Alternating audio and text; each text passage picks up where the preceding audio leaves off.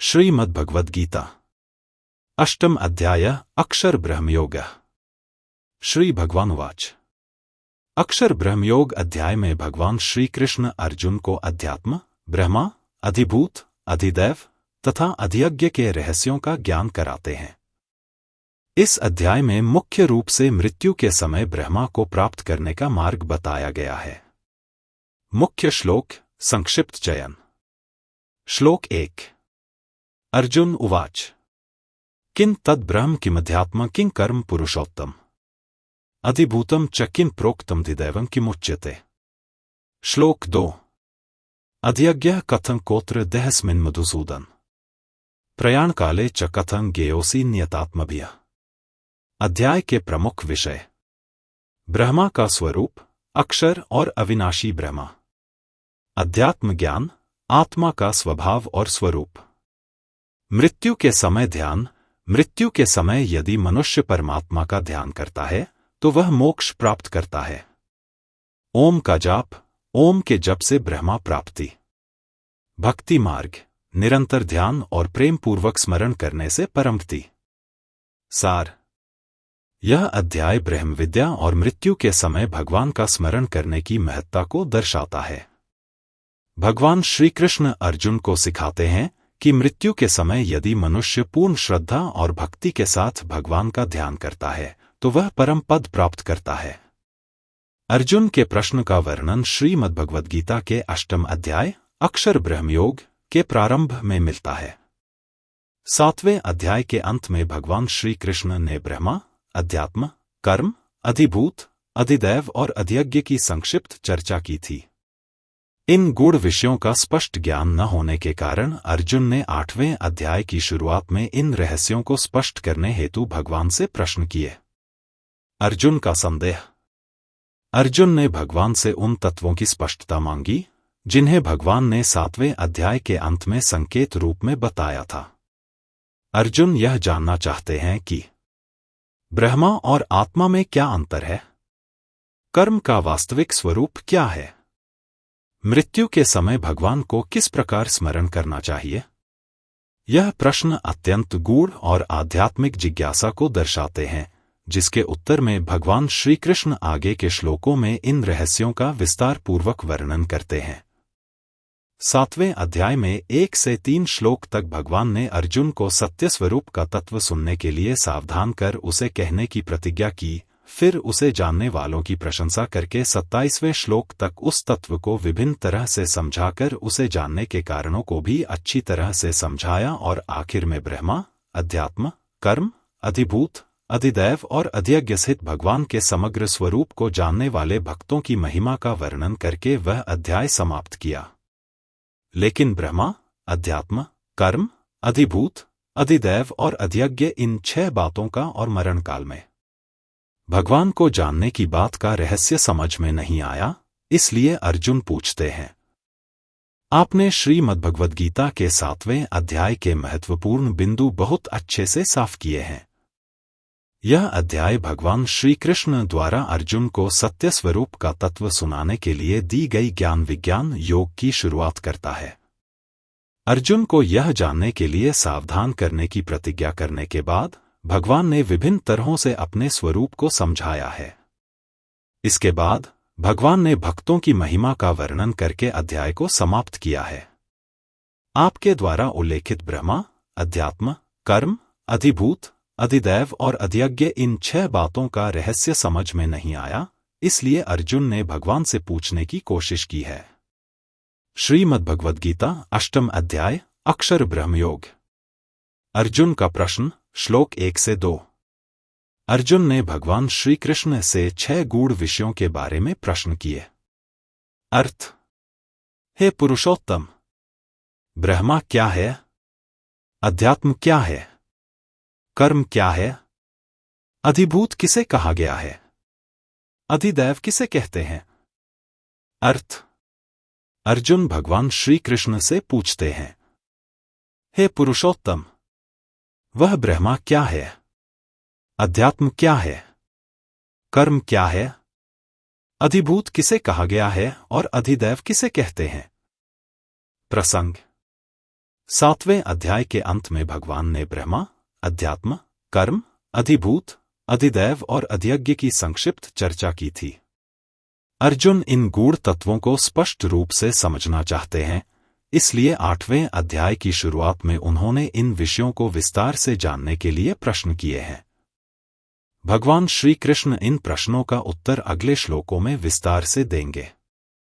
हे मधुसूदन, यहां अधियज्ञ कौन है और वह इस शरीर में कैसे हैं?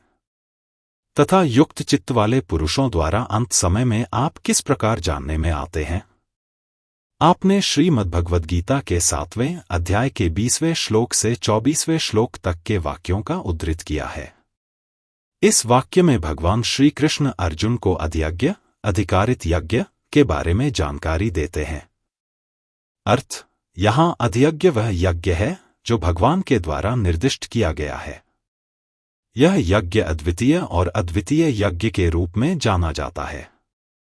इस यज्ञ का अर्थ यह है कि वह यज्ञ जो भगवान के द्वारा निर्दिष्ट किया गया है वह अद्वितीय है और इसमें अन्य यज्ञों की तुलना में विशेष गर्व है। व्याख्या: अधियज्ञ यह वह यज्ञ है जो भगवान के द्वारा निर्दिष्ट किया गया है। यह यज्ञ अद्वितीय और अद्वितीय यज्ञ के रूप में जाना जाता है। शरीर में अधियज्ञ शरीर में नहीं होता है, बल्कि यह भक्त के आत्मा में और उनके विश्वास में होता है। आखिरी समय में जानने का तरीका: युक्त चित्त वाले पुरुषों को अंत समय में भगवान को जानने के लिए उनके आत्मा को शुद्ध और विश्वासशील बनाना पड़ता है। वे भगवान के द्वारा निर्दिष्ट यज्ञ को प्राप्त करते हैं और इसके द्वारा अंतिम शांति और मोक्ष प्राप्त करते हैं। भगवान का संक्षिप्त उत्तर: अधियज्ञ भगवान श्री कृष्ण स्वयं अधियज्ञ हैं, क्योंकि वह समस्त यज्ञों के स्वामी और यज्ञों के उद्देश्य हैं। शरीर में अधियज्ञ भगवान इस शरीर में आत्मा के रूप में स्थित हैं। अंतकाल में भगवान का स्मरण: भगवान ने बताया कि जो व्यक्ति अंतकाल में निरंतर उनका ध्यान करता है वह उन्हें निश्चित रूप से प्राप्त करता है।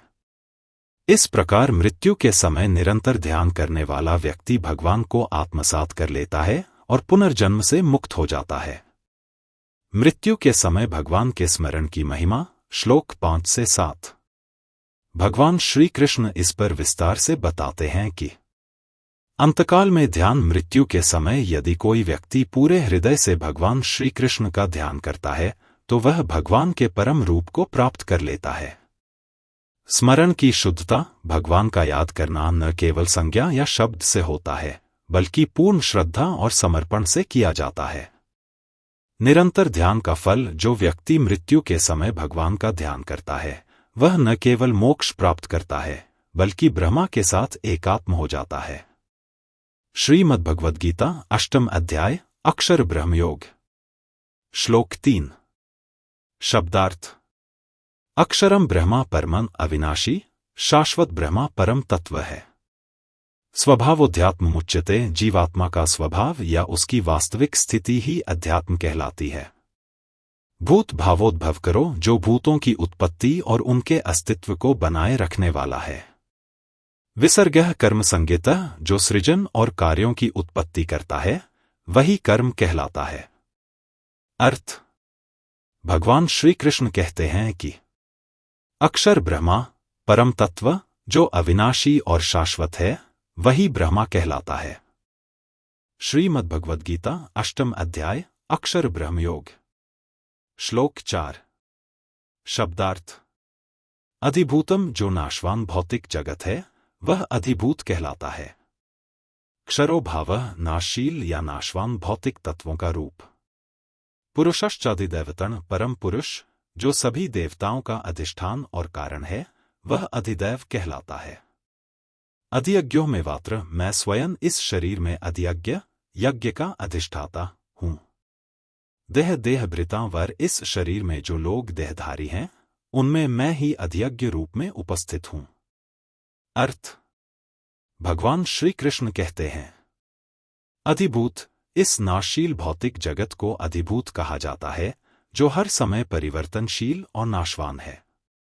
अधिदैव: जो समस्त देवताओं का कारण और अधिष्ठान है वह अधिदैव कहलाता है और वह है हिरण्यमय पुरुष, परमात्मा या भगवान। अधियज्ञ, इस शरीर में मैं स्वयं अधियज्ञ के रूप में वास करता हूं। सभी यज्ञों का स्वामी और उनका संपूर्ण उद्देश्य मैं ही हूं। यह देहधारी जीवों के अंदर कार्यरत है। सार, भगवान श्री कृष्ण ने स्पष्ट किया कि अधिभूत, भौतिक जगत और सृष्टि के सभी तत्व, अधिदैव, देवताओं का अधिष्ठान, जो परम पुरुष हैं। अधियज्ञ, भगवान स्वयं इस शरीर में अधियज्ञ के रूप में स्थित हैं, क्योंकि वह समस्त यज्ञों के प्रेरक और स्वामी हैं। इस श्लोक से यह स्पष्ट होता है कि भगवान श्री कृष्ण ने संपूर्ण सृष्टि, देवताओं और यज्ञों के अस्तित्व को नियंत्रित किया है और वह प्रत्येक जीव में परमात्मा के रूप में वास करते हैं। आपने श्रीमद्भगवद्गीता के 7वें अध्याय के 4वें श्लोक का उद्धृत किया है। यह श्लोक भगवान श्री कृष्ण द्वारा अर्जुन को अधियज्ञ के बारे में जानकारी देने का एक अत्यंत महत्वपूर्ण बिंदु है। अर्थ, उत्पत्ति और विनाश के बीच सब पदार्थ अधिभूत, अधिकारित हैं। हिरण्यमय पुरुष, भगवान, अधिदैव, अधिकारित देवता हैं। और हे देहधारियों, शरीर धारक में श्रेष्ठ अर्जुन, यह शरीर में मैं वासुदेव ही अंतर्यामी, आत्मा के अंदर, रूप से अधियज्ञ, अधिकारित यज्ञ हूं। व्याख्या। उत्पत्ति और विनाश, सब पदार्थ उत्पत्ति और विनाश के बीच अधिकारित हैं, यानी वे भगवान के नियंत्रण में हैं। हिरण्यमय पुरुष, भगवान वासुदेव को हिरण्यमय पुरुष के रूप में संदर्भित किया गया है। अधियज्ञ, भगवान वासुदेव ही अंतर्यामी रूप से अधियज्ञ हैं, यानी वे अद्वितीय यज्ञ के रूप में जाना जाते हैं, जो अन्य यज्ञों से भिन्न हैं। आपके द्वारा साझा किया गया विचार बहुत ही गहराई और शिक्षाप्रद है। श्लोक 5। शब्दार्थ। यह प्रयाणकालेपि जो व्यक्ति मृत्यु के समय भी स्मरण नित्यम मधुसूदन, हमेशा मधुसूदन, भगवान श्री कृष्ण का स्मरण करता हुआ। यह स्मरेत तुल्यम ब्रह्मा, वह व्यक्ति ब्रह्मा का स्मरण करता है, अर्थात शाश्वत और परमात्मा का साक्षात प्राप्तोस्ति, ततः वह व्यक्ति निश्चित रूप से मेरे साक्षात स्वरूप को प्राप्त होता है। इसमें कोई संशय नहीं है। अर्थ, जो व्यक्ति मृत्यु के समय भी पूरे हृदय से मधुसूदन, भगवान श्री कृष्ण का स्मरण करता हुआ शरीर को त्याग करता है, वह भगवान के साक्षात स्वरूप को प्राप्त कर लेता है। इसमें कोई संदेह नहीं है कि वह व्यक्ति ब्रह्मा के परम रूप को पा लेता है और पुनर्जन्म के चक्र से मुक्त हो जाता है। सार। यह श्लोक इस बात को स्पष्ट करता है कि अंतकाल में भगवान श्री कृष्ण का सच्चे मन से स्मरण करने वाला व्यक्ति हमेशा के लिए मोक्ष प्राप्त कर लेता है। यह अत्यंत महत्वपूर्ण सिद्धांत है कि ध्यान और भक्ति के माध्यम से यदि किसी ने जीवन भर भगवान श्री कृष्ण का याद किया है, तो मृत्यु के समय वह भगवान के परम रूप में विलीन हो जाता है। जो पुरुष अंतकाल में भी मुझको ही स्मरण करता हुआ शरीर को त्याग कर जाता है, वह मेरे साक्षात स्वरूप को प्राप्त होता है, इसमें कुछ भी संशय नहीं है। आपने श्रीमद्भगवद्गीता के 7वें अध्याय के 19वें श्लोक का उद्धृत किया है। यह श्लोक भगवान श्री कृष्ण द्वारा अर्जुन को उनके साक्षात स्वरूप के बारे में जानकारी देने का एक महत्वपूर्ण बिंदु है। अर्थ, जो पुरुष अंतकाल में भी मुझको ही स्मरण करता हुआ शरीर को त्याग कर जाता है, वह मेरे साक्षात स्वरूप, आत्मा, को प्राप्त होता है। इसमें कोई भी संशय नहीं है। व्याख्या। अंतकाल, अंतिम समय या मृत्यु का समय। स्मरण करता हुआ शरीर को त्याग कर जाता है। जो व्यक्ति अंतकाल में भगवान को स्मरण करता है और अपने शरीर को त्याग कर देता है, वह भगवान के साक्षात स्वरूप, आत्मा, को प्राप्त होता है। कोई भी संशय नहीं है। यह वाक्य यह बताता है कि यह बात बेहद स्पष्ट है और कोई भी संशय नहीं है। श्लोक 6। शब्दार्थ। हे कुंती पुत्र अर्जुन, हे अर्जुन, जो कुंती के पुत्र हैं। यह मनुष्य अंतकाल में, जब यह मनुष्य मृत्यु के समय जिस भी भाव को स्मरण करता हुआ जिस रूप या भाव का ध्यान वह करता है, चाहे वह कोई भी हो, शरीर का त्याग करता है, शरीर छोड़ता है, अर्थात मृत्यु को प्राप्त करता है।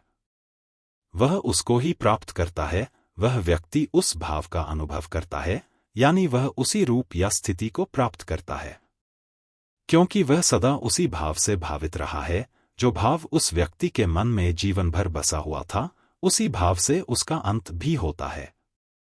अर्थ: हे अर्जुन, मृत्यु के समय जो व्यक्ति किसी विशेष भाव, देवता या तत्व का स्मरण करता है, वही भाव उसे प्राप्त होता है। जो व्यक्ति जीवन भर किसी विशेष विचार या ध्यान में रत रहता है, मृत्यु के समय वह उसी प्रकार के भाव को अनुभव करता है। इसलिए जो भाव व्यक्ति अंत समय में स्मरण करता है, वही उसके जीवन का अंतिम परिणाम होता है। सार: यह श्लोक बताता है कि मृत्यु के समय जिस भाव, विचार या ध्यान का स्मरण व्यक्ति करता है, वह उस भाव के अनुसार परिणाम प्राप्त करता है। यह जीवन में आत्मा के निरंतर ध्यान और भावनाओं की शक्ति को दर्शाता है। यदि कोई व्यक्ति भगवान का ध्यान करता है, तो उसे निश्चित रूप से भगवान के पास जाना होता है। इस श्लोक में यह संदेश दिया गया है कि जीवन भर जिस भाव में हम स्थिर रहते हैं, वही अंत में हमें मिल जाता है। अर्थ: हे कुंती पुत्र अर्जुन, यह मनुष्य अंतकाल में जिस जिस भाव को स्मरण करता हुआ शरीर का त्याग करता है, वह उस भाव से ही प्राप्त होता है, क्योंकि वह सदा उसी भाव से भावित रहा है। हे कुंती पुत्र अर्जुन, यह मनुष्य अंतकाल में जिस जिस भी भाव को स्मरण करता हुआ शरीर का त्याग करता है, उसको ही प्राप्त होता है, क्योंकि वह सदा उसी भाव से भावित रहा है। 6. आपने श्रीमद्भगवद्गीता के 7वें अध्याय के 6वें श्लोक का उद्धृत किया है। यह श्लोक भगवान श्री कृष्ण द्वारा अर्जुन को उनके साक्षात स्वरूप के बारे में और भी जानकारी देने का एक महत्वपूर्ण बिंदु है। अर्थ: हे कुंती पुत्र अर्जुन, यह मनुष्य अंतकाल में जिस जिस भाव को स्मरण करता हुआ शरीर का त्याग करता है, वह उस भाव से ही प्राप्त होता है, क्योंकि वह सदा उसी भाव से भावित रहा है। व्याख्या: अंतकाल, अंतिम समय या मृत्यु का समय। स्मरण करता हुआ शरीर का त्याग: जो व्यक्ति अंतकाल में भगवान को स्मरण करता है और अपने शरीर को त्याग कर देता है, वह उस भाव से प्राप्त होता है। सदा उसी भाव से भावित रहा है, यह बताता है कि व्यक्ति अपने जीवन के दौरान भगवान के साथ एक गहरा बंधुत्व और भावनात्मक जोड़ रखता है, जिससे वह अंतकाल में भगवान के साक्षात स्वरूप को प्राप्त कर सकता है। श्लोक 7. शब्दार्थ: तस्मात् सर्वेषु कालेषु, इसलिए सभी समयों में, मामनुस्मर युध्यच, तू मुझे स्मरण करता हुआ युद्ध कर। मयर्पित मनोबुद्धि, और अपनी मन और बुद्धि को मुझमें अर्पित कर। माम वैश्यस्य संशयम, तू निःसंदेह मुझको ही प्राप्त करेगा, इसमें कोई संदेह नहीं है। अर्थ: हे अर्जुन, इस प्रकार तू हर समय मुझे स्मरण करता हुआ युद्ध कर और अपनी मन और बुद्धि को मुझमें अर्पित कर। जब तू मुझमें पूरी तरह से समर्पित हो जाएगा, तब तू निःसंदेह मुझे ही प्राप्त कर लेगा, इसमें कोई संदेह नहीं है। सार: यह श्लोक भगवान श्री कृष्ण के महान संदेश को प्रस्तुत करता है। वे अर्जुन से कहते हैं कि वह युद्ध में भाग लेते हुए भी हर समय उनका स्मरण करें और अपनी सारी सोच और भावना को भगवान के प्रति समर्पित कर दें। इस प्रकार चाहे वह कोई भी कार्य करें, उनके मन और बुद्धि का संपूर्ण अर्पण भगवान श्री कृष्ण के प्रति होना चाहिए। इस समर्पण के साथ अर्जुन को भगवान की प्राप्ति निश्चित रूप से होगी, क्योंकि भगवान अपने भक्तों की रक्षा करते हैं और उन्हें अपने दिव्य रूप में समाहित कर लेते हैं। श्लोक 8. शब्दार्थ: हे पार्थ, हे अर्जुन। पार्थ अर्जुन के पिता का नाम, राजा पांडु का पुत्र। यह नियम है, यह एक निश्चित नियम है जो हमेशा सत्य रहता है। परमेश्वर के ध्यान के अभ्यास रूप योग से युक्त जो व्यक्ति परमेश्वर के ध्यान के अभ्यास से जुड़ा हुआ है और योग में स्थिर है, दूसरी ओर न जाने वाले चित्त से, इसका मतलब है कि उसका मन किसी दूसरी ओर नहीं भटकता, बल्कि वह केवल भगवान के ध्यान में लगा रहता है। निरंतर चिंतन करता हुआ जो निरंतर भगवान का चिंतन करता है, यानी उसका ध्यान हमेशा भगवान पर केंद्रित रहता है। परम प्रकाशरूप दिव्य पुरुष को परमात्मा, जो संपूर्ण ब्रह्मांड का प्रकाश है, उसे अर्थात परमेश्वर को ही प्राप्त होता है। वह व्यक्ति भगवान को ही प्राप्त करता है, अर्थात मोक्ष प्राप्त करता है। अर्थ। हे अर्जुन, यह एक निश्चित नियम है कि जो व्यक्ति परमेश्वर के ध्यान के अभ्यास रूप योग से जुड़ा हुआ है और उसका चित्त कभी भटकता नहीं है, बल्कि वह हमेशा परमेश्वर का निरंतर ध्यान करता है, वह व्यक्ति अंततः भगवान के दिव्य रूप, परम प्रकाश रूप को प्राप्त करता है। ऐसे व्यक्ति को भगवान की प्राप्ति होती है, जो शाश्वत सुख और मोक्ष है। सार। यह श्लोक भगवान श्री कृष्ण के भक्ति और ध्यान योग के महत्व को स्पष्ट करता है। जो व्यक्ति अपने मन को पूरी तरह से भगवान के ध्यान में लगा देता है और जीवन भर उसी ध्यान में स्थिर रहता है, वह निश्चित रूप से परमात्मा के दिव्य रूप को प्राप्त करता है। यहाँ भगवान श्री कृष्ण यह बताते हैं कि केवल निरंतर ध्यान और योग के द्वारा ही व्यक्ति भगवान से मिल सकता है और उसे अपने जीवन का सर्वोत्तम उद्देश्य प्राप्त होता है। श्रीमद् भगवद गीता 8वां अध्याय अक्षर ब्रह्मयोग। श्लोक 9 से 10। जो पुरुष सर्वज्ञ, अनादि, सबके नियंता, सूक्ष्म से भी अति सूक्ष्म, सबके धारण पोषण करने वाले, अचिंत्य स्वरूप, सूर्य के सदृश नित्य चेतन प्रकाशरूप और अविद्या से अति परे, शुद्ध सच्चिदानंदघन परमेश्वर का स्मरण करता है, वह भक्तियुक्त पुरुष अंतकाल में भी योग बल से भ्रिकुटी के मध्य में प्राण को अच्छी प्रकार स्थापित करके फिर निश्चल मन से स्मरण करता हुआ उस दिव्यरूप परम पुरुष परमात्मा को ही प्राप्त होता है। शब्दार्थ। सर्वज्ञ सर्वज्ञ, जो सभी चीजों का ज्ञान रखता है, भगवान। अनादि, जो आदि, आरंभ और अंत से परे है, यानी जो शाश्वत है। सबके नियंता, सभी का नियंता, यानी जो सबका नियंत्रक है। सूक्ष्म से भी अति सूक्ष्म, जो सूक्ष्म से भी सूक्ष्म है, यानी जो अपार और अदृश्य है। सबके धारण पोषण करने वाले, जो समस्त सृष्टि का पालन और पोषण करता है। अचिंत्य स्वरूप, जिसका स्वरूप चिंतन से परे और असीम है। सूर्य के सदृश नित्य चेतन प्रकाशरूप, जैसे सूर्य का प्रकाश निरंतर है, वैसे ही वह परमात्मा भी निरंतर और जागृत है। अविद्या से अति परे, जो अविद्या, अज्ञानता से परे है, अर्थात जो पूर्ण ज्ञान और सद्विचार से परिपूर्ण है। शुद्ध सच्चिदानंदघन परमेश्वर, शुद्ध सच्चिदानंद, सच्ची सत्ता, ज्ञान और आनंद से युक्त परमेश्वर, जो सबका स्वामी है। भक्तियुक्त पुरुष, जो भगवान के प्रति पूर्ण भक्ति से युक्त है। भ्रिकुटी के मध्य में प्राण को स्थापित करके, भ्रिकुटी, भ्रू के बीच की जगह में प्राण को ध्यान से स्थिर करके, निश्चल मन से स्मरण करता हुआ, स्थिर और शांत मन से निरंतर ध्यान करते हुए, दिव्य रूप परम पुरुष परमात्मा, भगवान का दिव्य रूप, जो परम आत्मा है। अर्थ। जो व्यक्ति भगवान के उस सर्वोच्च रूप का ध्यान करता है, जो सर्वज्ञ, अनादि, सबका नियंता, सूक्ष्म से भी सूक्ष्म और प्रकाश स्वरूप है, और जो अविद्या से परे, शुद्ध सच्चिदानंदघन परमेश्वर के रूप में स्थित है, वह व्यक्ति अंतकाल में भी अपने प्राणों को भ्रिकुटी, भ्रू के मध्य में अच्छी तरह से स्थापित करके, शांत और स्थिर मन से भगवान के दिव्य रूप का स्मरण करता हुआ परमात्मा को प्राप्त करता है। इस प्रकार वह व्यक्ति योगबल से भगवान के साथ एक हो जाता है। सार। यह श्लोक भगवान के ध्यान और भक्ति के अत्यंत उच्चतम रूप को स्पष्ट करता है। जो व्यक्ति शुद्ध और अडिग भक्ति से भगवान के परम रूप का ध्यान करता है, वह शारीरिक और मानसिक स्थिति में स्थिर होकर भगवान को प्राप्त करता है।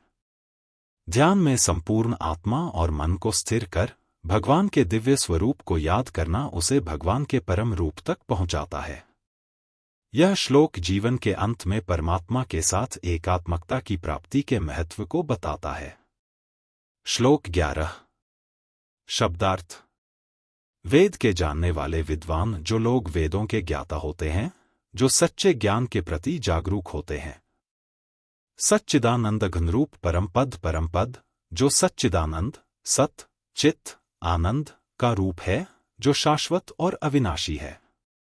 अविनाशी कहते हैं जो अविनाशी और नष्ट न होने वाला है।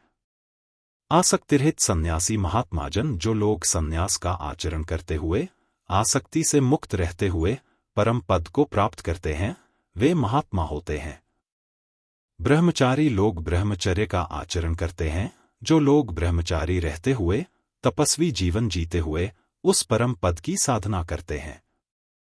उस परम पद को मैं तेरे लिए संक्षेप में कहूंगा। अब मैं उस परम पद के बारे में तुझे संक्षेप में बताऊंगा। अर्थ। जो विद्वान वेदों के गहरे ज्ञान में निपुण होते हैं, वे जिस सच्चिदानंदघन रूप परम पद को अविनाशी और शाश्वत मानते हैं, वह वही परम पद है जिसमें आसक्तिरहित सन्यासी और महात्मा प्रवेश करते हैं। जो लोग ब्रह्मचर्य का पालन करते हैं, वे भी इसी परम पद की प्राप्ति के लिए ब्रह्मचर्य का आचरण करते हैं। अब मैं तुझे इस परम पद के बारे में संक्षेप में बताऊंगा। सार। यह श्लोक परम पद अर्थात सच्चिदानंदघन रूप परमात्मा के महत्व को स्पष्ट करता है।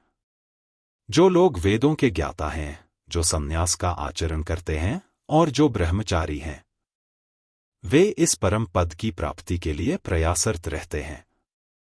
इस श्लोक के माध्यम से भगवान श्री कृष्ण अर्जुन को इस परम पद के बारे में संक्षेप में बताने का वचन देते हैं, जो संपूर्ण आत्मा की शांति और दिव्यता का स्रोत है।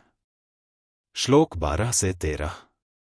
सब इंद्रियों के द्वारों को रोक कर तथा मन को हृदय देश में स्थिर करके, फिर उस जीते हुए मन के द्वारा प्राण को मस्तक में स्थापित करके, परमात्मा संबंधी योग धारणा में स्थित होकर जो पुरुष इस एक अक्षर रूप ब्रह्मा को उच्चारण करता हुआ और उसके अर्थ स्वरूप मुझ निर्गुण ब्रह्मा का चिंतन करता हुआ शरीर को त्याग कर जाता है, वह पुरुष परम गति को प्राप्त होता है। शब्दार्थ। सब इंद्रियों के द्वारों को रोककर, सभी इंद्रियों को उनके बाहरी कार्यों से रोककर, अर्थात इंद्रियों का संयम करके, मन को हृदय देश में स्थिर करके, मन को हृदय के क्षेत्र अर्थात शरीर के भीतर के स्थान में स्थिर करके, फिर उस जीते हुए मन के द्वारा प्राण को मस्तक में स्थापित करके, मन को वश में करने के बाद प्राणों को मस्तक, सिर में स्थित करके, परमात्मा संबंधी योग धारणा में स्थित होकर, परमात्मा से संबंधित योग धारा में अर्थात ध्यान और साधना की स्थिति में, जो पुरुष इस एक अक्षर रूप ब्रह्मा को उच्चारण करता हुआ, वह व्यक्ति जो ब्रह्मा का प्रतीक है का उच्चारण करते हुए और उसके अर्थ स्वरूप मुझ निर्गुण ब्रह्मा का चिंतन करता हुआ और के माध्यम से उस ब्रह्मा का अर्थ समझते हुए, निर्गुण जो निराकार है भगवान का ध्यान करता हुआ शरीर को त्याग कर जाता है, वह व्यक्ति शरीर छोड़कर मृत्यु के बाद वह पुरुष परम गति को प्राप्त होता है। वह व्यक्ति परम धाम, मोक्ष या सर्वोच्च स्थिति को प्राप्त करता है। अर्थ। जो व्यक्ति अपनी इंद्रियों को नियंत्रित करके मन को हृदय में स्थिर कर देता है और फिर प्राण को मस्तक में स्थापित करता है, वह भगवान के परम रूप की साधना में स्थित हो जाता है। वह व्यक्ति का उच्चारण करते हुए और उसके अर्थ स्वरूप भगवान के निर्गुण रूप का ध्यान करता हुआ मृत्यु के बाद भगवान के परम धाम को प्राप्त करता है। ऐसा व्यक्ति शरीर छोड़ने के बाद सर्वोच्च और शाश्वत स्थिति में पहुंच जाता है।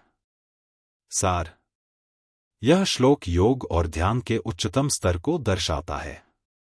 जो व्यक्ति ध्यान की प्रक्रिया के द्वारा अपने मन और इंद्रियों को वश में करता है, के उच्चारण से परम ब्रह्मा का ध्यान करता है, वह निश्चित रूप से मोक्ष प्राप्त करता है और भगवान के परम धाम को प्राप्त करता है। यहाँ पर ध्यान और साधना की शक्ति को महत्व दिया गया है, जिसके द्वारा एक साधक मृत्यु के समय परमात्मा की प्राप्ति कर सकता है। श्लोक 14। हे अर्जुन, जो पुरुष मुझ में अनन्यचित्त होकर सदा ही निरंतर मुझ पुरुषोत्तम को स्मरण करता है, उस नित्य निरंतर मुझ में युक्त हुए योगी के लिए मैं सुलभ हूँ, अर्थात मैं उसे सहज ही प्राप्त हो जाता हूँ। शब्दार्थ। हे अर्जुन, जो पुरुष मुझ में अनन्यचित्त होकर, जो व्यक्ति केवल मुझे ही अपने मन, बुद्धि और चित्त से पूर्ण रूप से समर्पित होकर बिना किसी अन्य से ध्यान हटाए मुझ में ध्यान लगाता है, सदा ही निरंतर मुझ पुरुषोत्तम को स्मरण करता है, जो हमेशा और निरंतर मुझ परम पुरुषोत्तम श्रेष्ठ भगवान का स्मरण करता है, उस नित्य निरंतर मुझमें युक्त हुए योगी वह योगी जो सदा और निरंतर मुझमें स्थित होता है, यानी जो योगाभ्यास के माध्यम से भगवान के साथ एकात्मता में रहता है, के लिए मैं सुलभ हूँ, उसके लिए मैं आसानी से उपलब्ध हूँ, यानी वह मुझे सहज ही प्राप्त कर लेता है, अर्थात मैं उसे सहज ही प्राप्त हो जाता हूँ, अर्थात ऐसा व्यक्ति मुझे बिना किसी कठिनाई के प्राप्त करता है। अर्थ: हे अर्जुन, जो व्यक्ति पूर्ण भक्ति और समर्पण के साथ सदा मुझ परम पुरुषोत्तम का स्मरण करता है, वह व्यक्ति निरंतर मेरे साथ स्थित होता है। उसके लिए मैं अत्यंत सुलभ हूँ और वह मुझे सहज रूप से प्राप्त कर लेता है। मुझे प्राप्त करने में उसे कोई कठिनाई नहीं होती। सार: यह श्लोक भगवान श्री कृष्ण के भक्ति योग का सार प्रस्तुत करता है। वे अर्जुन को यह बताते हैं कि जो व्यक्ति पूरी तरह से भगवान में अपने मन और चित्त को एकाग्र करता है, उसे भगवान को प्राप्त करना बहुत आसान होता है। निरंतर और एकाग्र ध्यान के द्वारा भगवान की प्राप्ति में कोई अवरोध नहीं होता। श्लोक 15: परम सिद्धि को प्राप्त महात्माजन मुझको प्राप्त होकर दुखों के घर तथा क्षणभंगुर पुनर्जन्म को नहीं प्राप्त होते। शब्दार्थ: परम सिद्धि, सर्वोत्तम स्थिति, परम मोक्ष या ब्रह्मा का अनुभव। मुझे प्राप्त होकर मुझे यानी भगवान को प्राप्त कर। दुखों के घर, संसार, जो दुख और क्लेशों का स्थान है। क्षणभंगुर पुनर्जन्म, जो पुनः जन्म लेने का कारण बनता है, जो संसार में जन्म और मरण के चक्र को दर्शाता है। नहीं प्राप्त होते, वे पुनः जन्म नहीं लेते और दुखों के घर में नहीं आते। अर्थ: जो महात्मा भगवान को प्राप्त करते हैं, वे परम सिद्धि को प्राप्त करते हैं। वे भगवान के साथ मिलकर संसार के दुख और पुनर्जन्म के चक्र से मुक्त हो जाते हैं। उनके लिए पुनः जन्म का कोई स्थान नहीं होता और वे परम सुख और शांति का अनुभव करते हैं। सार: यह श्लोक यह स्पष्ट करता है कि जो व्यक्ति भगवान के प्रति पूर्ण भक्ति और समर्पण के साथ जुड़ता है, वह मोक्ष प्राप्त करता है और जन्म मरण के चक्र से मुक्त हो जाता है। भगवान को प्राप्त कर लेने से वह संसार के दुखों और पुनर्जन्म से मुक्त हो जाता है और उसे परम सुख और शांति की प्राप्ति होती है। श्लोक 16: हे अर्जुन, ब्रह्मलोक सब लोक पुनरावर्ती हैं, परंतु हे कुंती पुत्र, मुझको प्राप्त होकर पुनर्जन्म नहीं होता, क्योंकि मैं कालातीत हूं और ये सब ब्रह्मादि के लोक काल के द्वारा सीमित होने से अनित्य हैं। शब्दार्थ: हे अर्जुन, अर्जुन से संबोधित करते हुए। ब्रह्मलोक, ब्रह्मा के लोक, जहां ब्रह्मा और अन्य देवता निवास करते हैं, जिसे सर्वोच्च लोक माना जाता है। सब लोक पुनरावर्ती हैं, सभी लोक सृष्टि के विभिन्न क्षेत्रों पुनः पुनः पैदा होते हैं और समाप्त होते हैं। मुझको प्राप्त होकर पुनर्जन्म नहीं होता। जो व्यक्ति मुझे प्राप्त कर लेता है, वह पुनः जन्म नहीं लेता, यानी वह जन्म मरण के चक्र से मुक्त हो जाता है। क्योंकि मैं कालातीत हूं, क्योंकि मैं समय से परे हूं, मैं शाश्वत और अविनाशी हूं। ये सब ब्रह्मादि के लोक काल के द्वारा सीमित होने से अनित्य हैं। अन्य सभी लोक, जिनमें ब्रह्मा का लोक भी शामिल है, समय काल के प्रभाव से सीमित और नश्वर हैं।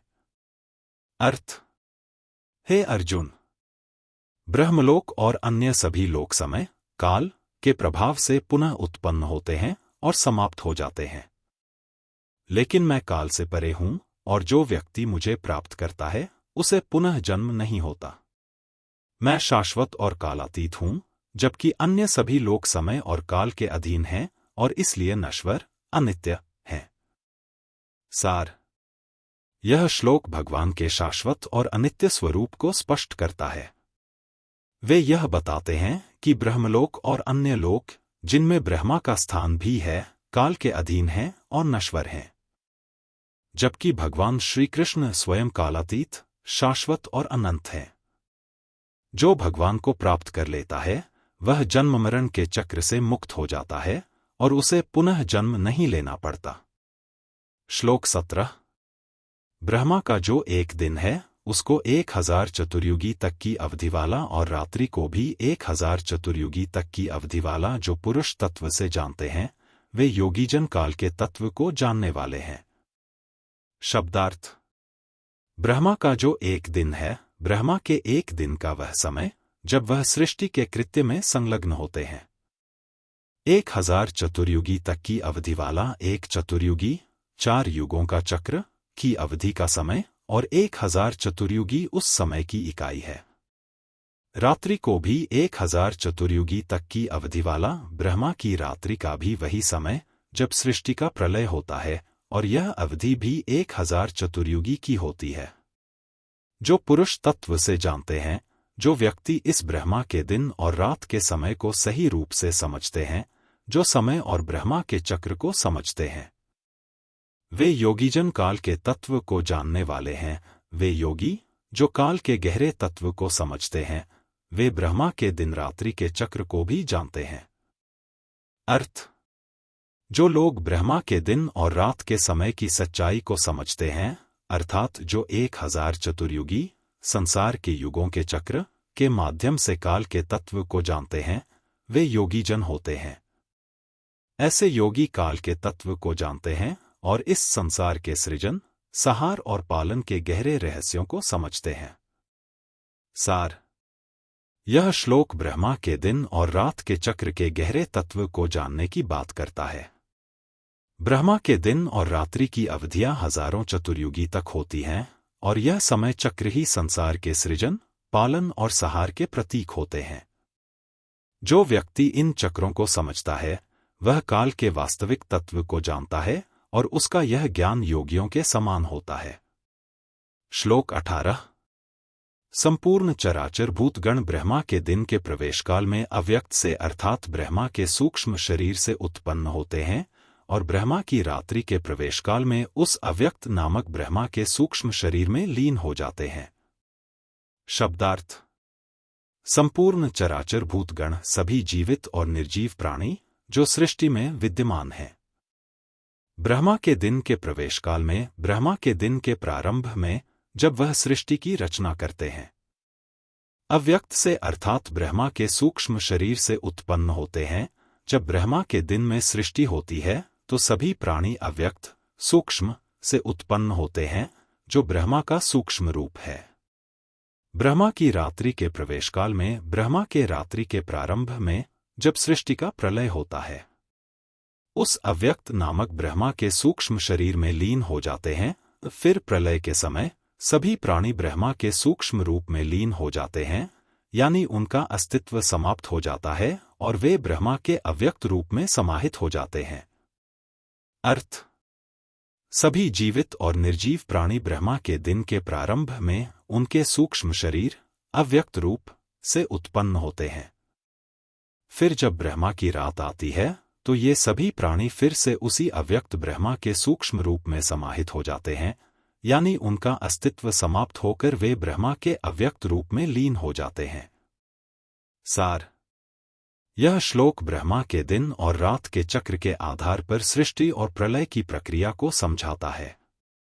ब्रह्मा के दिन में सृष्टि की रचना होती है और रात्रि के समय प्रलय में सभी प्राणी ब्रह्मा के अव्यक्त रूप में समाहित हो जाते हैं। यह चक्र निरंतर चलता रहता है, जिससे सृष्टि का सृजन और संहार होता रहता है। श्लोक 19। हे पार्थ, वही यह भूत समुदाय उत्पन्न होकर प्रकृति के वश में हुआ रात्रि के प्रवेशकाल में लीन होता है और दिन के प्रवेशकाल में फिर उत्पन्न होता है। शब्दार्थ।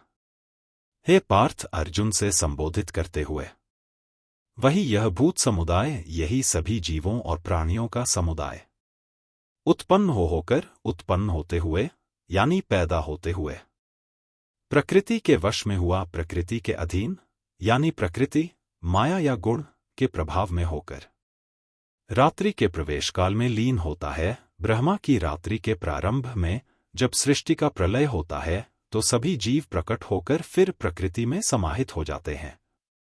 दिन के प्रवेशकाल में फिर उत्पन्न होता है। जब ब्रह्मा का दिन प्रारंभ होता है, तब यह सब पुनः उत्पन्न होते हैं। अर्थ। हे पार्थ, यह सभी जीवों का समुदाय प्रकृति के प्रभाव में होता है। वे ब्रह्मा के दिन में उत्पन्न होते हैं और ब्रह्मा की रात्रि में समाहित हो जाते हैं। यह चक्र निरंतर चलता रहता है। जब दिन आता है तो प्राणी फिर से उत्पन्न होते हैं और रात्रि के समय प्रलय में समाहित हो जाते हैं। सार: यह श्लोक संसार के सृजन और संहार के निरंतर चक्र को समझाता है। सभी प्राणी और जीव प्रकृति के अधीन होते हैं। ब्रह्मा के दिन में सृष्टि होती है और रात्रि में प्रलय हो जाता है, जिसमें सभी जीवों का अस्तित्व समाप्त हो जाता है। यह चक्र बिना रुके चलता रहता है। श्लोक 20: उस अव्यक्त से भी अति परे दूसरा अर्थात विलक्षण जो सनातन अव्यक्त भाव है, वह परम दिव्य पुरुष सब भूतों के नष्ट होने पर भी नष्ट नहीं होता। शब्दार्थ: उस अव्यक्त से भी अति परे उस अव्यक्त रूप जो सृष्टि के सूक्ष्म रूप में होता है, से भी अधिक परम और विलक्षण जो अस्तित्व है। दूसरा अर्थात विलक्षण, यह वह दूसरा अस्तित्व है जो अव्यक्त से परे और अद्वितीय है, यानी जो गुण और रूप से विलक्षण है। सनातन अव्यक्त भाव, यह वह सनातन और शाश्वत रूप है जो न तो उत्पन्न होता है और न ही नष्ट होता है, एक निराकार, अज्ञेय और अचिंत्य रूप है। वह परम दिव्य पुरुष, वह परम दिव्य और सर्वोच्च पुरुष भगवान सब भूतों के नष्ट होने पर भी नष्ट नहीं होता। जब सब जीवों और प्राणियों का नाश होता है, तब भी यह परम दिव्य पुरुष अविनाशी रहता है, यानी यह ब्रह्मा परमात्मा कभी नष्ट नहीं होता। अर्थ: जो अव्यक्त रूप है उससे भी परे एक और अस्तित्व है जो सनातन और अव्यक्त है, वह परम दिव्य पुरुष भगवान है। यह ब्रह्मा रूप कभी नष्ट नहीं होता, भले ही सभी भूत और जीव नष्ट हो जाएं। वह शाश्वत और अविनाशी है जो सृष्टि के संहार के बाद भी बना रहता है। सार: यह श्लोक भगवान के शाश्वत, अविनाशी और अद्वितीय स्वरूप को स्पष्ट करता है। वह परम दिव्य पुरुष भगवान अव्यक्त से भी परे, सनातन और शाश्वत रूप में विद्यमान है, जो न तो कभी उत्पन्न होता है और न कभी नष्ट होता है। यह तत्व सृष्टि के संहार के बाद भी अपरिवर्तित और अविनाशी रहता है। आपने श्रीमद्भगवद्गीता के 7वें अध्याय के 20वें श्लोक का उद्धृत किया है। यह श्लोक भगवान श्री कृष्ण द्वारा अर्जुन को सनातन अव्यक्त भाव के बारे में जानकारी देने का एक महत्वपूर्ण बिंदु है। अर्थ: उस अव्यक्त से भी अति परे दूसरा अर्थात विलक्षण, अलग और विशिष्ट जो सनातन, सदाचारिक, अव्यक्त, अद्वितीय भाव है, वह परम दिव्य पुरुष भगवान सब भूतों के नष्ट होने पर भी नष्ट नहीं होता। व्याख्या: अव्यक्त, अद्वितीय और अलग रूप से अविभाज्य। सनातन, सदाचारिक या सदा विद्यमान। विलक्षण, अलग और विशिष्ट। परम दिव्य पुरुष भगवान वासुदेव सब भूतों के नष्ट होने पर भी नष्ट नहीं होता। यह बताता है कि भगवान वासुदेव अद्वितीय और अलग रूप से अविभाज्य हैं और उनका अस्तित्व सब भूतों के नष्ट होने पर भी नष्ट नहीं होता। आपके द्वारा साझा किया गया विचार बहुत ही गहराई और शिक्षाप्रद है। अगर आप और भी कोई विशेष बिंदु पर चर्चा करना चाहें या किसी अन्य संदर्भ पर विचार करना चाहें तो कृपया साझा करें। आपकी विचारधाराएं सुनकर मुझे बहुत खुशी होगी। श्लोक 21: जो अव्यक्त अक्षर इस नाम से कहा गया है, उसी अक्षर नामक अव्यक्त भाव को परम गति कहते हैं तथा जिस सनातन अव्यक्त भाव को प्राप्त होकर मनुष्य वापस नहीं आते, वह मेरा परम धाम है। शब्दार्थ: अव्यक्त अक्षर वह निराकार और अव्यक्त रूप जिसे अक्षर अविनाशी कहा जाता है। यह शाश्वत और निरंतर है जो नष्ट नहीं होता। अक्षर नामक अव्यक्त भाव वही अव्यक्त और अविनाशी रूप जिसे अक्षर कहा जाता है जो काल और परिवर्तन से परे है। परम गति यह परम स्थान अर्थात परमात्मा की असीम स्थिति जहां सभी जीवित प्राणी जाकर पुनः जन्म नहीं लेते। सनातन अव्यक्त भाव वह शाश्वत और स्थायी रूप जो समय, जन्म और मृत्यु से परे है। प्राप्त होकर मनुष्य वापस नहीं आते। जो इस परम धाम को प्राप्त कर लेता है वह पुनः संसार में जन्म नहीं लेता, यानी वह पुनर्जन्म के चक्र से मुक्त हो जाता है। वह मेरा परम धाम है। यह मेरा भगवान का शाश्वत धाम है जहां पहुंचकर जीव मुक्त हो जाते हैं। अर्थ: जो अव्यक्त रूप अक्षर के रूप में जाना जाता है, वही परम गति, परम स्थान है। यह वह सनातन, शाश्वत और अव्यक्त रूप है जिसे प्राप्त करने के बाद व्यक्ति पुनः संसार में जन्म नहीं लेता। यह परम धाम मेरे भगवान के स्वभाव का है, और जो उस धाम को प्राप्त कर लेता है वह जन्म मरण के चक्र से मुक्त हो जाता है। सार: यह श्लोक भगवान के शाश्वत धाम और अक्षर ब्रह्मा, अविनाशी रूप की महिमा को स्पष्ट करता है। जो व्यक्ति भगवान के इस अक्षर रूप को प्राप्त कर लेता है वह संसार के कष्टों और पुनर्जन्म से मुक्त हो जाता है। यह धाम परम शांति और मुक्ति का स्थान है, जहां पहुंचने के बाद कोई फिर संसार में लौटता नहीं है। श्रीमद्भगवद गीता, अष्टम अध्याय, अक्षर ब्रह्मयोग। श्लोक 22। हे पार्थ, जिस परमात्मा के अंतर्गत सर्वभूत हैं और जिस सच्चिदानंदघन परमात्मा से यह समस्त जगत परिपूर्ण है, वह सनातन अव्यक्त परम पुरुष तो अनन्य भक्ति से ही प्राप्त होने योग्य है। शब्दार्थ: हे पार्थ, अर्जुन से संबोधित करते हुए, परमात्मा भगवान जो सर्वव्यापी और सर्वशक्तिमान है, अंतर्गत सर्वभूत हैं, सभी जीव और प्राणी परमात्मा के अंतर्गत होते हैं, यानी सभी का अस्तित्व और पालन उसी परमात्मा से होता है। सच्चिदानंदघन परमात्मा वह परमात्मा जो सत्य, सच्चा, चेतना, चित्त और आनंद का पूर्ण रूप है। यह भगवान का शाश्वत और अविनाशी रूप है। समस्त जगत परिपूर्ण है, पूरा सृष्टि और जगत उस परमात्मा से पूर्ण है, यानी समस्त सृष्टि उसी परमात्मा में समाहित है। सनातन अव्यक्त परम पुरुष वह शाश्वत, निराकार और अव्यक्त परम पुरुष जो न तो उत्पन्न होता है और न ही नष्ट होता है। अनन्य भक्ति से ही प्राप्त होने योग्य है। केवल एकनिष्ठ भक्ति अर्थात पूर्ण समर्पण और निस्वार्थ भक्ति से ही उस परमात्मा को प्राप्त किया जा सकता है। अर्थ: हे पार्थ, वह परमात्मा जो सर्वभूतों का पालन करता है और जिसके भीतर यह संपूर्ण सृष्टि समाहित है, वही सच्चिदानंदघन परमात्मा है। यह सनातन अव्यक्त परम पुरुष केवल अनन्य भक्ति, निस्वार्थ और अडिग भक्ति से ही प्राप्त किया जा सकता है।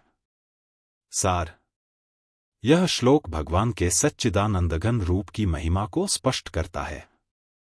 वह परमात्मा जो संपूर्ण सृष्टि में व्याप्त है और जिसका अस्तित्व ही इस जगत के आधार है, केवल अनन्य भक्ति से प्राप्त किया जा सकता है। भगवान का यह रूप शाश्वत और अव्यक्त है और उसे प्राप्त करने के लिए एकनिष्ठ और निष्कलंक भक्ति आवश्यक है। श्लोक 23।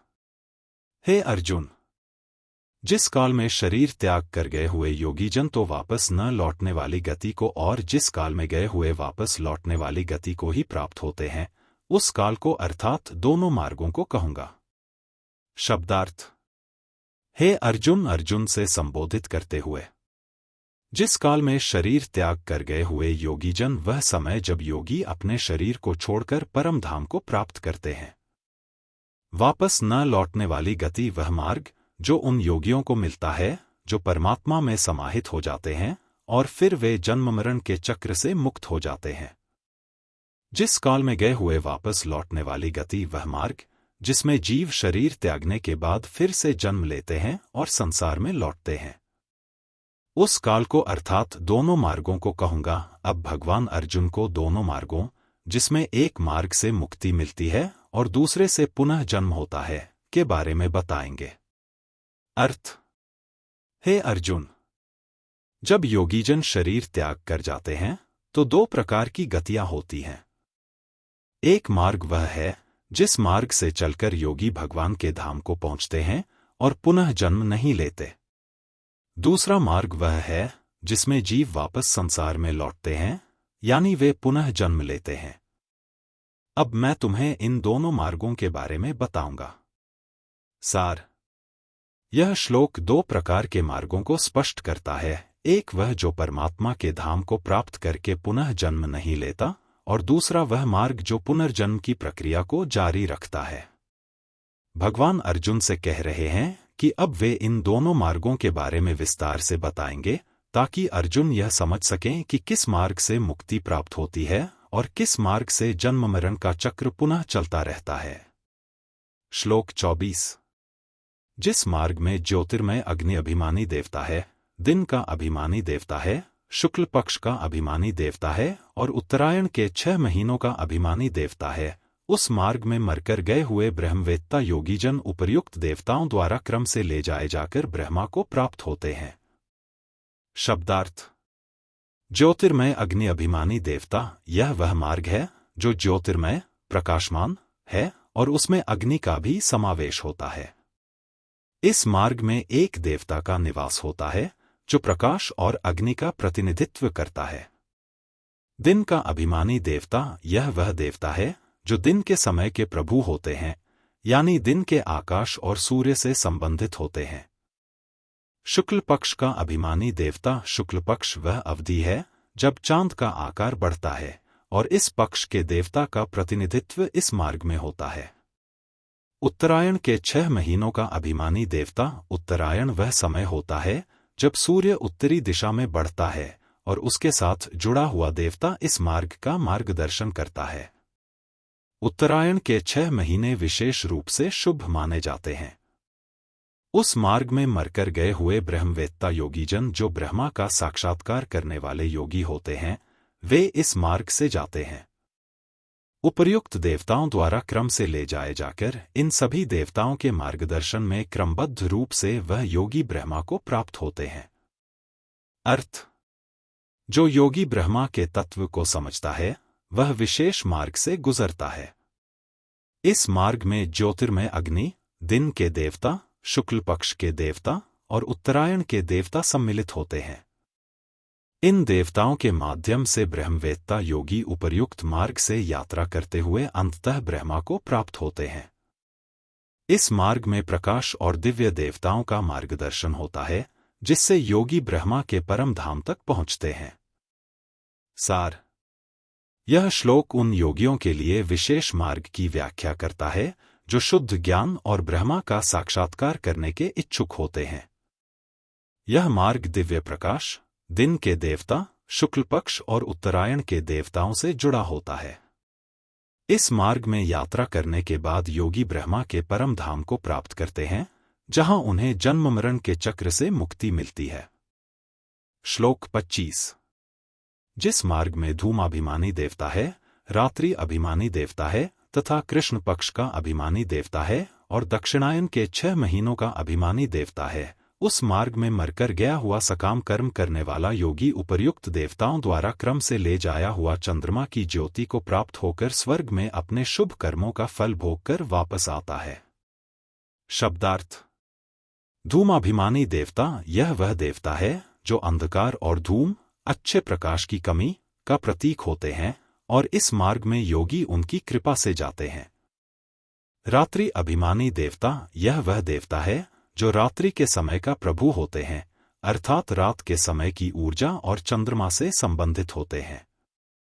कृष्ण पक्ष का अभिमानी देवता कृष्ण पक्ष वह समय होता है जब चांद घटता है और इस समय से जुड़ा देवता मार्गदर्शन करता है। दक्षिणायन के 6 महीनों का अभिमानी देवता दक्षिणायन वह समय होता है जब सूर्य दक्षिण की ओर बढ़ता है और इसके साथ जुड़े देवता मार्गदर्शन करते हैं।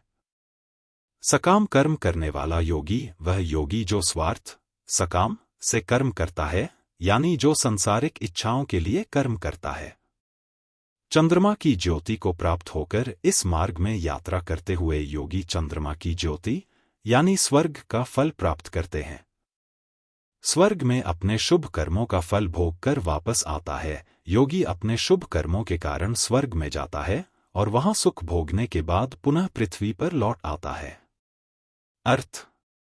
जो योगी सकाम, स्वार्थपूर्ण कर्म करता है, वह एक विशेष मार्ग से यात्रा करता है जिसमें धूम, रात्रि, कृष्ण पक्ष और दक्षिणायन के देवताओं का मार्गदर्शन होता है।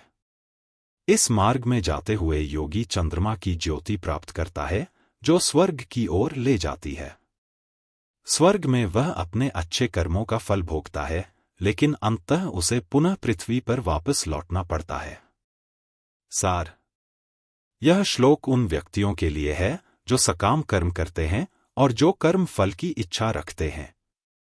वे विशेष मार्ग से जाते हैं जो अंधकार, रात्रि, कृष्ण पक्ष और दक्षिणायन के देवताओं से जुड़ा होता है। इस मार्ग में यात्रा करके वे चंद्रमा की ज्योति प्राप्त करते हैं और स्वर्ग में जाते हैं, लेकिन उन्हें पुनः जन्म लेना पड़ता है। यह मार्ग पुनर्जन्म के चक्र से बाहर नहीं निकलता। श्लोक 26।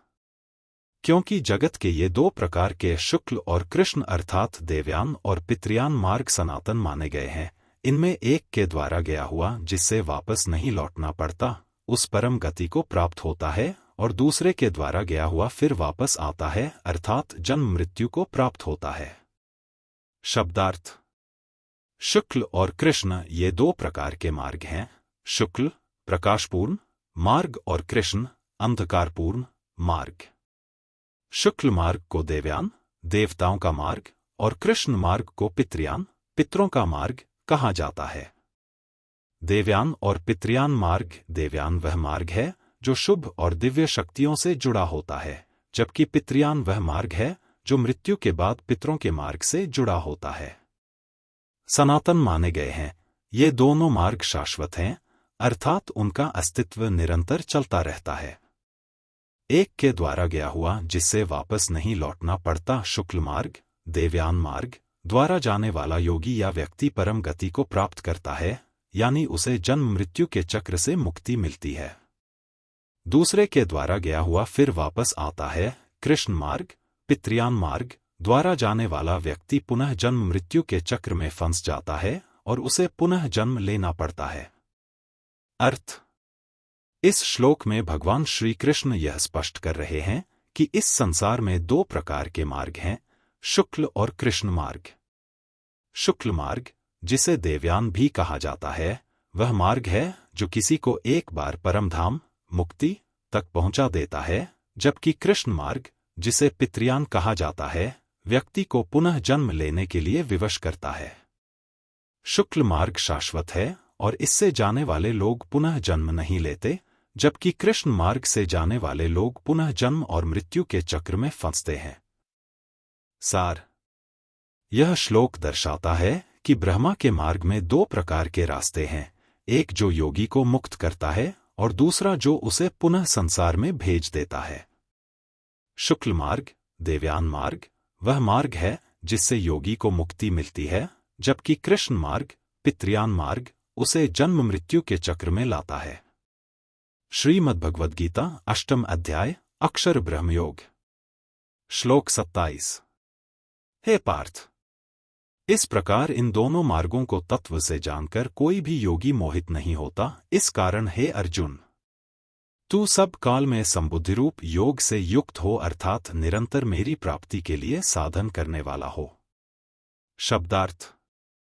हे पार्थ, अर्जुन से संबोधित करते हुए इन दोनों मार्गों को तत्व से जानकर शुक्ल और कृष्ण मार्ग के सही स्वरूप और प्रभाव को समझकर कोई भी योगी मोहित नहीं होता। जो योगी इन दोनों मार्गों का वास्तविक ज्ञान रखता है वह भ्रमित या धोखा नहीं खाता। संबुद्धिरूप योग से युक्त हो। संबुद्धि का अर्थ है अपने मन और बुद्धि को एक समान स्थिति में रखना, अर्थात हमेशा मानसिक रूप से स्थिर और निरंतर ध्यान में लगे रहना। यह ध्यान योग या भक्ति के रूप में देखा जा सकता है। निरंतर मेरी प्राप्ति के लिए साधन करने वाला हो। अर्जुन से कहा जा रहा है कि वह निरंतर भगवान की प्राप्ति के लिए साधना करे और मन, वचन और क्रिया से भगवान में स्थिर रहे। अर्थ। हे अर्जुन, जिन लोगों को इन दोनों मार्गों के तत्व का वास्तविक ज्ञान होता है वे भ्रमित नहीं होते। इसलिए तू संबुद्धिरूप योग से युक्त होकर निरंतर मेरी प्राप्ति के लिए साधना कर। यह तत्व ज्ञान, ध्यान और भक्ति के मार्ग से जुड़ा है जो योगी को स्थिरता, शांति और अंततः भगवान के साथ एकत्व प्राप्त करने में सहायता करता है। सार। भगवान श्री कृष्ण अर्जुन को यह संदेश दे रहे हैं कि जब एक योगी शुक्ल और कृष्ण मार्ग के तत्व को समझ लेता है तो वह किसी भ्रम में नहीं पड़ता। अर्जुन को भगवान श्री कृष्ण का निर्देश है कि वह संबुद्धि, मानसिक स्थिरता, से युक्त होकर अपनी साधना में निरंतर लगे रहे और भगवान की प्राप्ति के लिए अपना समर्पण जारी रखें। श्लोक 28। योगी पुरुष इस रहस्य को तत्व से जानकर वेदों के पढ़ने में तथा यज्ञ, तप और दान आदि के करने में जो पुण्यफल कहा है, उन सबको निसंदेह उल्लंघन कर जाता है और सनातन परम पद को प्राप्त होता है। शब्दार्थ। योगी पुरुष वह व्यक्ति जो योग में स्थित है, जो मानसिक और शारीरिक रूप से आत्मज्ञान में निरंतर समाहित है। इस रहस्य को तत्व से जानकर इस अध्याय के गूढ़ ज्ञान, ब्रह्मा और परमात्मा के तत्व को समझकर वेदों के पढ़ने में वेदों का अध्ययन, जो धार्मिक और आध्यात्मिक कार्यों का आधार है, यज्ञ, तप और दान आदि के करने में जो पुण्यफल कहा है, यज्ञ, धार्मिक अनुष्ठान, तप, संयम और साधना, और दान पुण्य जैसे कार्यों के माध्यम से जो पुण्यफल प्राप्त होता है, निसंदेह उल्लंघन कर जाता है। इन सारे कार्यों के फल को पार करता हुआ योगी उस पुण्यफल से ऊपर उठ जाता है, सनातन परम पद को प्राप्त होता है। वह योगी परम ज्ञान, मुक्ति और शाश्वत परमात्मा के साथ एकत्व को प्राप्त करता है। अर्थ। जो योगी इस गूढ़ रहस्य को समझकर तत्व ज्ञान प्राप्त करता है, वह वेदों के अध्ययन, यज्ञ, तप और दान जैसे धार्मिक कार्यों द्वारा प्राप्त होने वाले पुण्यफल को पार कर जाता है। उसे इन सभी कर्मकांडों से ऊपर उठकर सनातन परम पद, शाश्वत ब्रह्मा या मुक्ति की प्राप्ति होती है। सार। यह श्लोक बताता है कि योगी जो ब्रह्मा और परमात्मा के तत्व को सही से समझता है, वह सभी धार्मिक कर्तव्यों जैसे वेदों का अध्ययन, यज्ञ, तप, दान आदि के पुण्यफल से ऊपर उठकर परम सत्य की प्राप्ति करता है। यह एक संकेत है कि साधना और तत्व ज्ञान की शक्ति इन सारे कर्मकांडों से भी अधिक है और योगी उसे पार कर परम मुक्ति को प्राप्त करता है। श्रीमद्भगवद्गीता अष्टम अध्याय अक्षर ब्रह्मयोग। समाप्ति। इस प्रकार उपनिषद, ब्रह्म विद्या तथा योग शास्त्र रूप श्रीमद्भगवद्गीता के श्री कृष्ण अर्जुन संवाद में अक्षर ब्रह्मयोग नामक 8वां अध्याय संपूर्ण हुआ। अर्थ। यह अंतिम श्लोक अक्षर ब्रह्मयोग के पूर्ण होने की घोषणा करता है। इस अध्याय में भगवान श्री कृष्ण ने अर्जुन को अक्षर ब्रह्म, अविनाशी परम सत्य और योग के गूढ़ रहस्यों के बारे में बताया। यह अध्याय आत्मज्ञान, भक्ति और ध्यान के महत्व को उजागर करता है और योगी के मार्ग पर चलने के लिए प्रेरित करता है। सार। अक्षर ब्रह्मयोग में श्री कृष्ण ने ब्रह्मा के परम स्वरूप को समझाया, जिससे मुक्ति की प्राप्ति होती है, और यह अध्याय जीवन के अंत समय में भगवान को याद करने की प्रक्रिया को महत्व देता है। अंत में इस अध्याय के समाप्त होने के साथ ही गीता के 8वें अध्याय का ज्ञान पूर्ण रूप से अर्जुन को प्राप्त होता है।